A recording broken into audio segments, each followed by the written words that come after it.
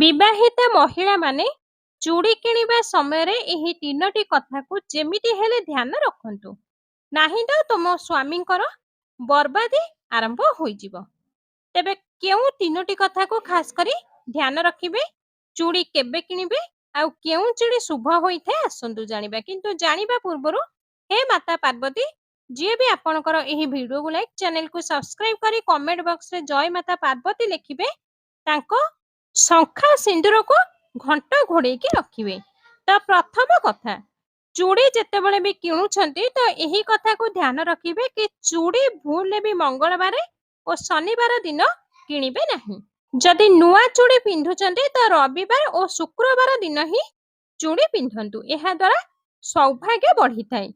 ଦ୍ୱିତୀୟ କଥା, ଚୁଡ଼ି କେବେ ବି ରାତ୍ରି ସମୟରେ ପିନ୍ଧିବା ଉଚିତ ନୁହେଁ। ଚୁଡ଼ି ସକାଳେ ନାହିଁ ତ